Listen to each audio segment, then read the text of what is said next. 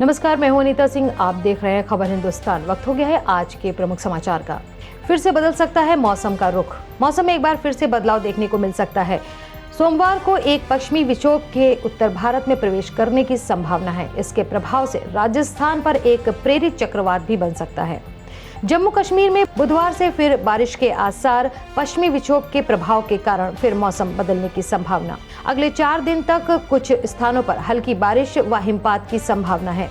सोमवार व मंगलवार को आंशिक बादल छाए रहेंगे। क्या यूक्रेनियों की बहादुरी को समझने में चूक गए पुतिन? यूक्रेन के खिलाफ रूस के आक्रमण के 4 दिन बीत गए हैं। इस दौरान पश्चिमी मीडिया और इंटरनेट मीडिया पर कुछ ऐसी तस्वीरें और वीडियो वायरल हो रहे हैं जिससे लगता है कि यूक्रेन में रूसी सैनिकों को आम लोगों के कड़े विरोध का सामना करना पड़ रहा है। इससे यह सवाल उठाए जाने लगे हैं कि क्या रूसी राष्ट्रपति व्लादिमीर पुतिन ने द्वितीय विश्व युद्ध से कोई सबक नहीं लिया, जिसमें सबसे अच्छे सोवियत सैनिक यूक्रेन के ही थे। गंगूबाई पर टिकी संजय लीला भंसाली की साख।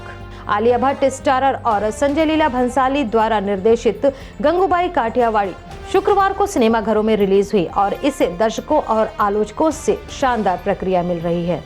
गंगूबाई काठियावाड़ी ने पहले दिन बॉक्स ऑफिस पर शानदार शुरुआत करते हुए 10.5 करोड़ रुपए का कलेक्शन किया था। फिल्म के दूसरे दिन यानी शनिवार को 13.32 करोड़ रुपए की कमाई भी की थी।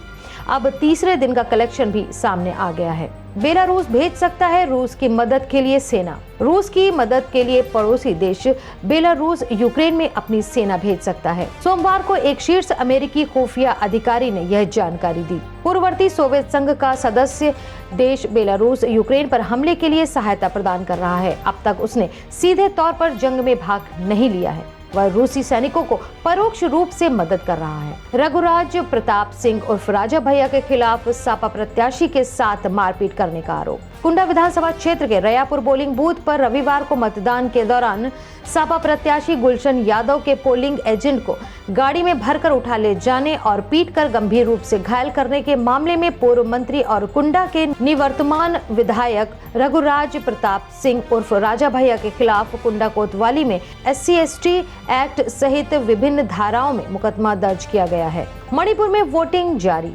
सुबह 11 बजे तक 27.34% हुआ मतदान। मणिपुर के इम्फाल पूर्वी, इम्फाल पश्चिमी, बिशनपुर, चूराचांदपुर और कांग पोकपी जिले में आज मतदान हो रहे हैं। इन सीटों पर 15 महिला सहित 173 उम्मीदवार अपनी किस्मत आजमा रहे हैं। मणिपुर के राज्यपाल ला गणेशन ने इम्फाल में एक मतदान केंद्र पर अपना वोट डाला।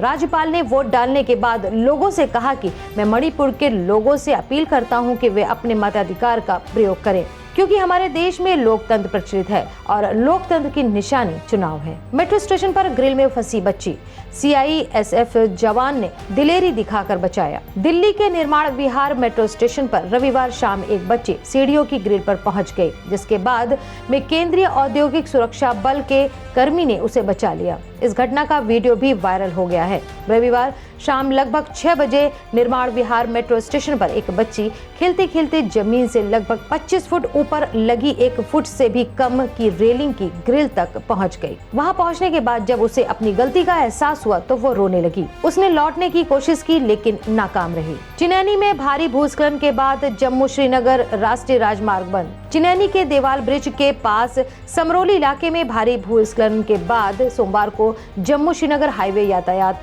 के लिए बंद हो गया है। इससे पहले रविवार को कड़ी मशक्कत के बाद शाम 4 बजे इसे खोला गया था। रामसू और बनिहाल समेत हाईवे पर जगह जगह यातायात जाम लग गया है।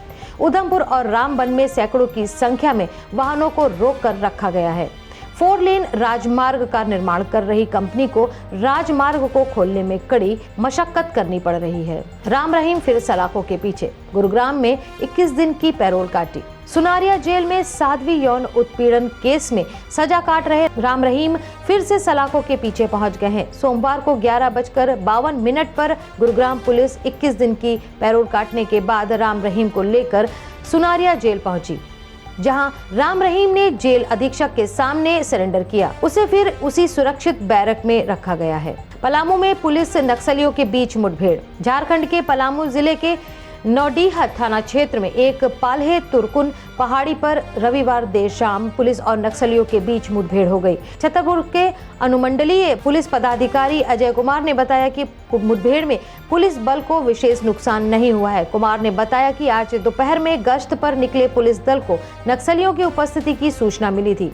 उन्होंने बताया कि सूचना के आधार पर आगे बढ़ रहे पुलिस दल पर नक्सलियों ने गोलीबारी शुरू कर दी, जिसकी जवाबी कार्रवाई के बाद मुठभेड़ शुरू हो गई। उन्होंने बताया कि संक्षिप्त मुठभेड़ के बाद नक्सली वहां से फरार हो गए। पुलिस इलाके में घेराबंदी और तलाशी अभियान चला रही है। तो ये थे अब तक के मुख्य समाचार। आगे की अपडेट्स के लिए बने रहिए और देखते रहिए हमारे साथ खबर हिंदुस्तान।